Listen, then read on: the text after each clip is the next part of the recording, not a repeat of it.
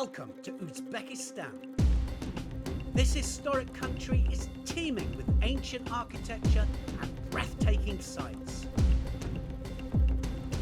And its capital city, Tashkent, is a thriving city with a bustling feel.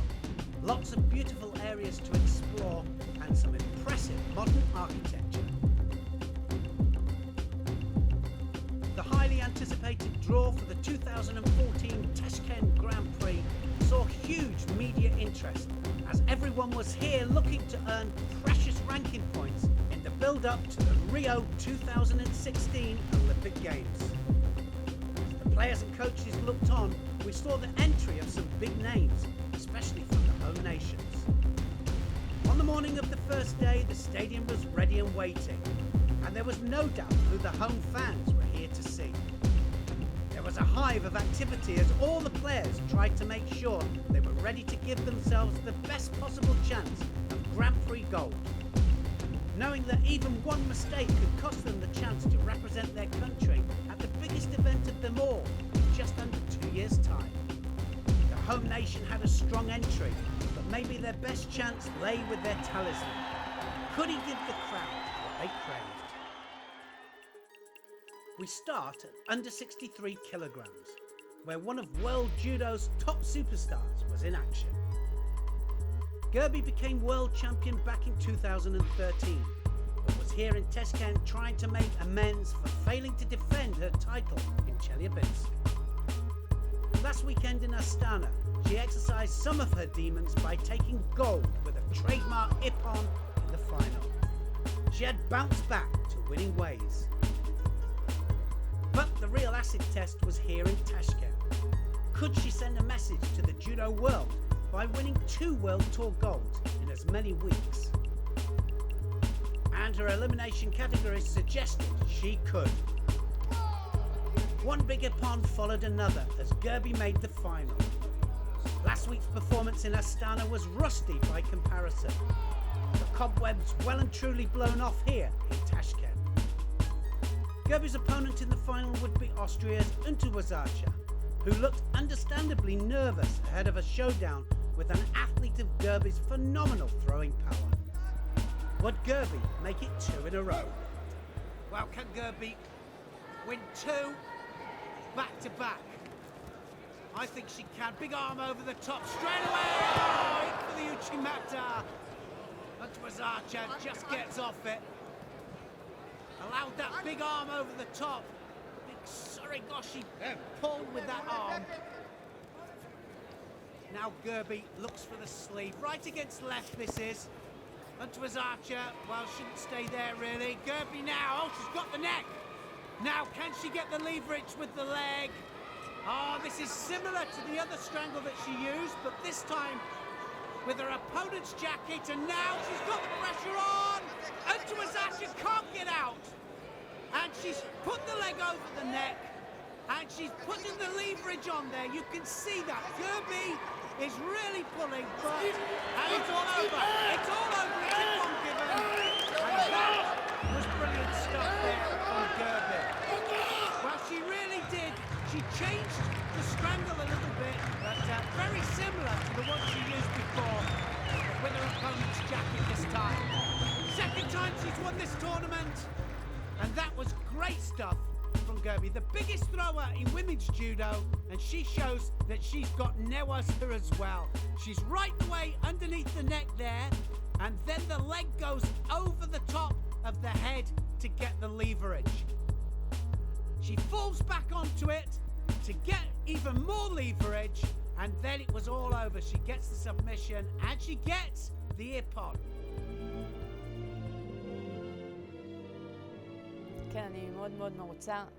אחרי שבוע שעבר שגם זכיתי במדליית הזהב, אז גם עכשיו, אבל הפעם הייתה תחרות קצת יותר טובה, אז נתתי הכל באיפון, זה היה מושלם, ולשמוע את התקווה פעם שנייה בשבוע, זה באמת הרגשה מצוינת. זו הייתה המטרה שלי, כיוונתי 2 זהב בשתי תחרויות, אני שמחה שהצלחתי להשיג את זה, ושמחים ל-24 שעות וממשיכים קדימה. One weight up at under 70 kilograms, 2013 world silver medalist Vargas Koch found herself in the final against Graf of Austria. Time after time, the young German's strong left-handed style was too much for Graf to handle. And hooking in with her left leg, she was able to throw with Uchimata for Yuko. As the fight continued, Vargas Kopp continued to dominate, and again she hooked in. This time she changed the direction, driving Graf backwards for a second Yuko, giving Vargas Kopp the win. She cements her position as world number 4.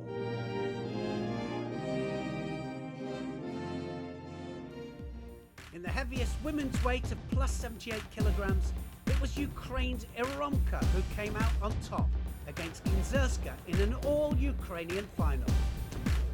Iromka dominated from the outset and was too strong for her teammate, who received a decisive penalty, handing the fight to Iromka for her first Grand Prix gold.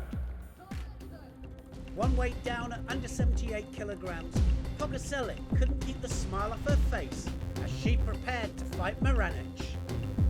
It was the Polish fighter's first major final. The fight looked even until Maranic made a mistake.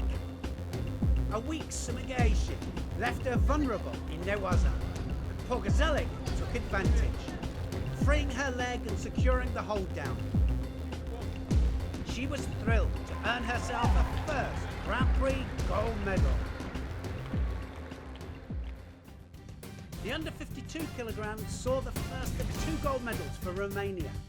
World number 3 Shitu came through the pack to top the podium. The highlight of her day was an Uchimata Ippon against the dogged experience of Belgium's Halen in the semi-final.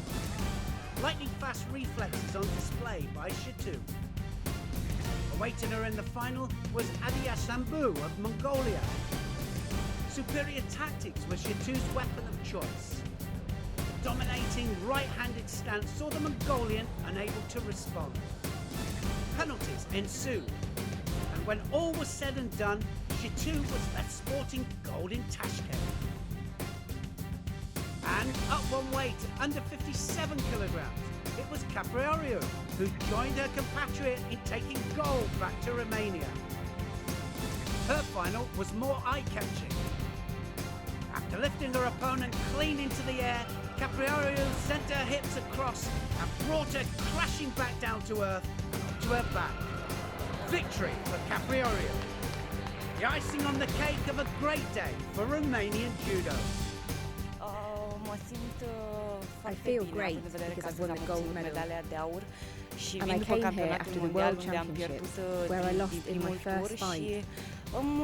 So this gives me optimism and helps me move forward and dream that I can achieve as many medals as possible. Este o răsplată a muncii noastre că am reușit să urcăm pe prima dreaptă a podiumului.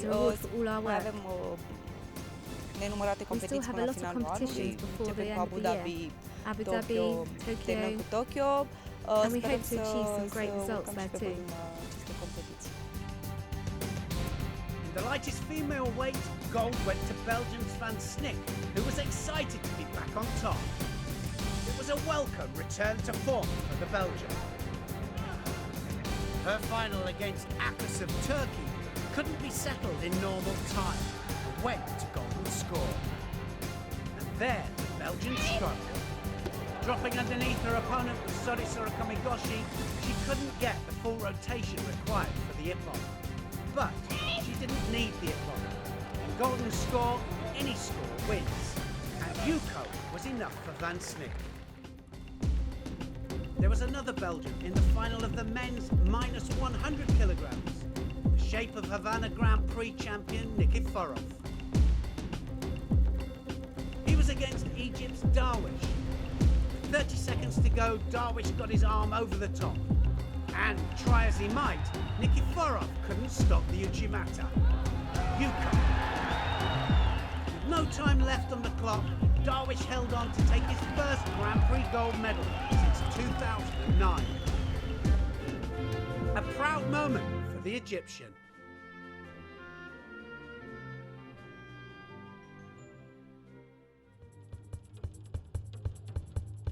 Down one weight to under 90 kilograms. The favourite for gold was undoubtedly Russia's world number 4, Denisov. Denisov missed out on perhaps his best chance of becoming world champion in Chelyabinsk, where he failed to take advantage of the home support and crashed out to Uzbekistan's Juriev. This spectacular counter-attack from the Uzbek ended Denisov's dream of becoming a national hero and showed just how cruel top-level judo can be.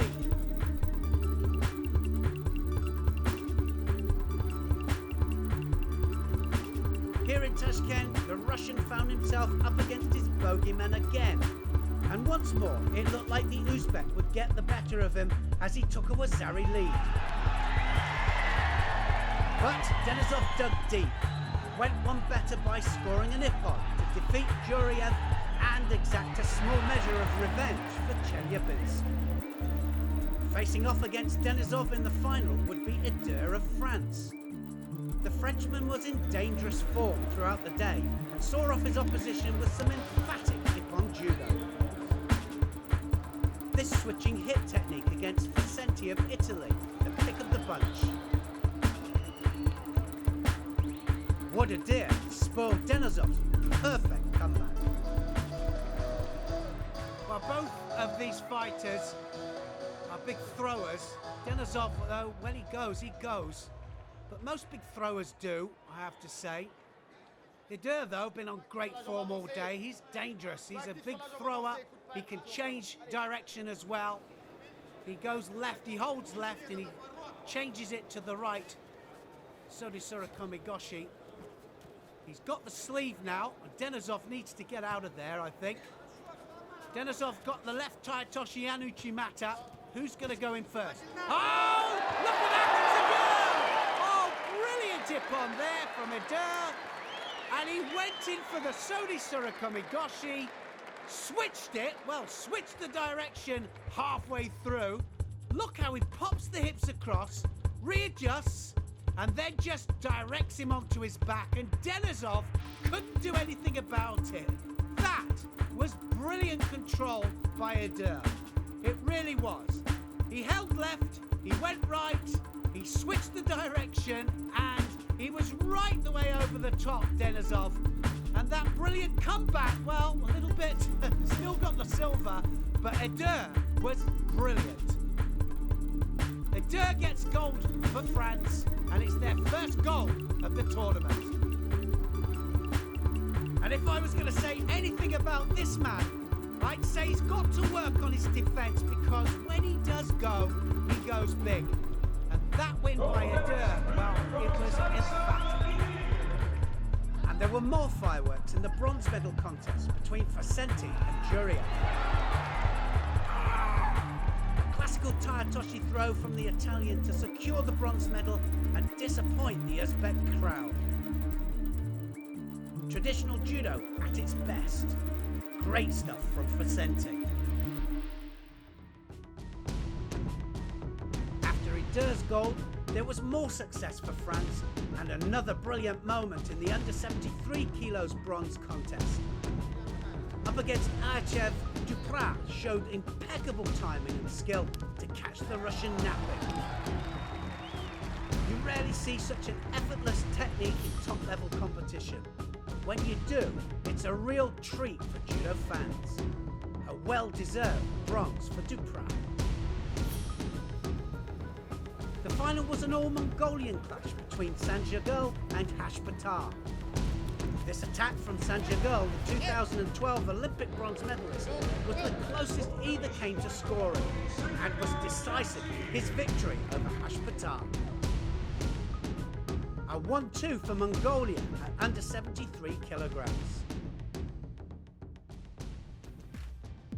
In the final of the heaviest male weight category, Mongolia's Batulga squared up against Ullerstorfer of Austria.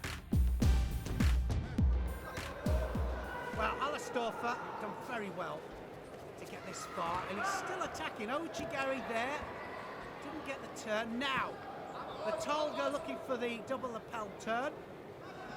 Can he get it? Yes, he does. Ullerstorfer in trouble. Now can he get the leg out? Needs to really tie up the top half. And he's going on to the arm here, Batulga. He's working his way up the elbow. Is he going to try and put an arm lock on? Yes, he does. He's putting the arm lock on, the straight arm, and he gets the submission. Yes, he does. Batulga gets another goal for Mongolia. And that was a nice bit of newaza from him. Udikatami, and that was superb. Victory sign from Batulga says it all. After coming up from minus 100 kilograms, Batulga wins his first major tournament at plus 100 kilograms. It's at the lightest weights Mongolia have the strongest depth. Top seed at under 60 kilograms was Dashdavar, but he was stunned by the quick thinking of Uruzboev, who, to the delight of his home crowd, smashed the Mongolian for Wazari. Dashdavar would have to come back strong, and that he did.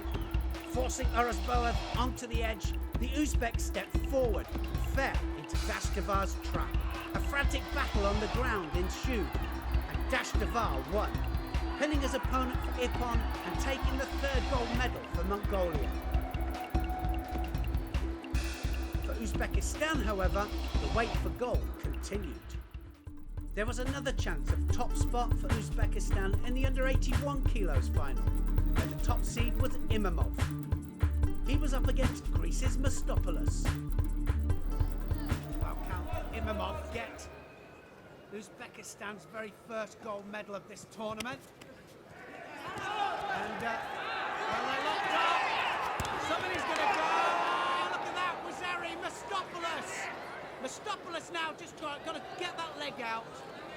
Nice as she was there, and rolls him over onto his back. Imamov now got to come back from behind. He's a big thrower. If anybody can do it, he can. No! Wazari! Oh, but he's in trouble here. He thought it might be Ippon. Mostopoulos ties him up, and he's now in the hold down. And that is a massive mistake from Imamov. Because Imamov looked up at the clock, he thought, oh, I've done it, and he hadn't. Mostopoulos turns him onto his back and holds him for the Wazeti Ippon. And it just goes to show that you can never assume. And look, the face says it all. Massive Hizuguruma, and he gets the Wazari back. Mostopoulos ties up the arm and turns him into the hold down. And the hold down, then he just needs to hold for 15 seconds. Well, he pulled it back, only to be beaten at the last. And Uzbekistan still haven't won their gold medal. Imamov's teammate, Rishod Sobirov, produced a wonderful moment in the bronze medal contest through Portugal's loops with a stunning Taetoshi.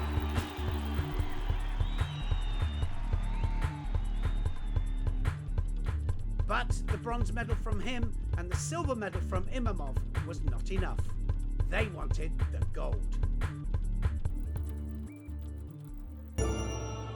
Step forward, their former double world champion under 60 kilograms, the one and only Rishod Sobirov. Sobirov has yet to win a gold medal at the higher weight of under 66 kilograms. But where better to start than in his hometown? In his first contest, he annihilated Turkey's Sandor. After scoring a Yuko and Wazari from throws, Sobirov ended Sandor's misery by pinning for Ippon. The man who only used to win by throwing has added a new weapon to his armoury. Belarus's Shershin was next up. This time it was a classic Sobirov moment that decided the fight. In the semi-final, Sobirov was chasing the contest with 20 seconds to go. Piling on the pressure, he managed to turn Russia's Leventia into his back, scoring a Wazari and forcing a submission. Sobirov was into the final. It was his and his nation's chance to win the medal that they'd been waiting for. Could he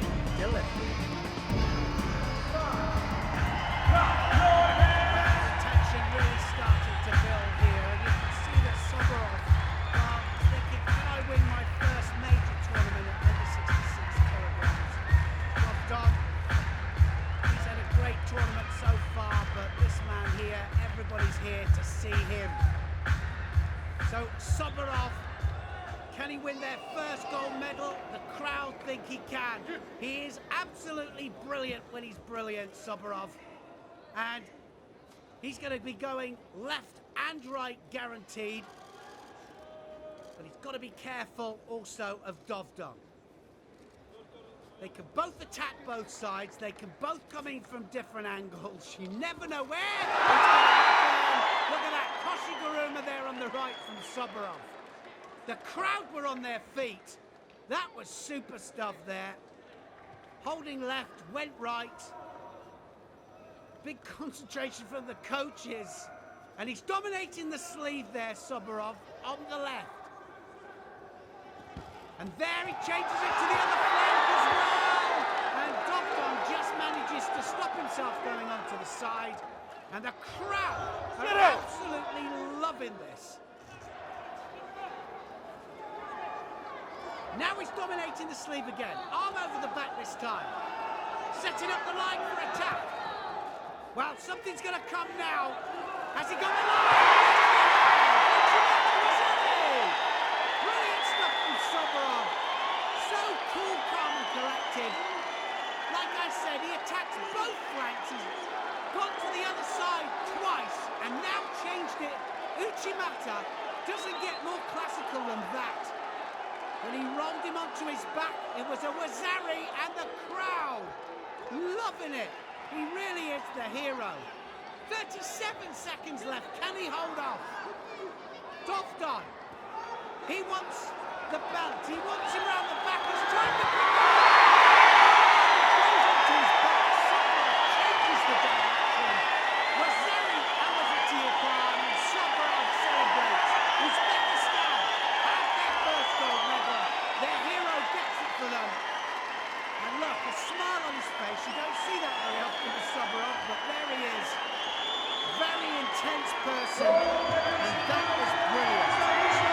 Stop going for the pickup. He could have scored. But it was the brilliance of this man. Look at that. Kosoto on the outside of the leg. And he drives him onto his back.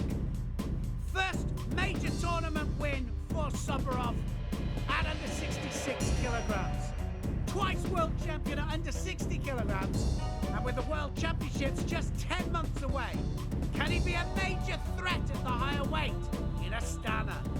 Juda kuchli hayajonda edim, chunki mana orqamizda yurtboshimiz turibdi. Albatta men bu birinchi mana shu medalimni yurtboshimga taqdim qilaman. Qolaversa ota-ona, muxlislarim, ustozlarim juda kuchli hayajonda edim. Men mana 66 kilogramda birinchi marotaba mana eng yaxshi natijani qo'lga kiritdim. Xudo xohlasa o'ylaymanki yana yaxshi natijalarga erishaman degan umiddaman.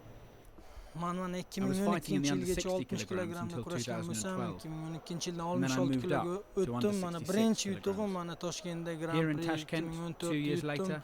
Men juda ham xursandman. O'ylaymanki, yo'lim ochildi degan niyatdaman. Xudo xohlasa maqsadim Olimpiadaga Rio de Janeiro 2016ga tayyorgarlik ko'rib, albatta yaxshi natija qo'lga kiritish. Well, that's it from a thrilling Tashkent Grand Prix. Gerbi made it 2 golds in 2 weeks and did it in emphatic fashion. He stunned Denisov at under 90 kilograms. But Sobirov sent the Uzbek fans home happy after blasting his way to the under 66 kilogram gold. We'll see you next time from the newest Grand Slam on the circuit, Abu Dhabi.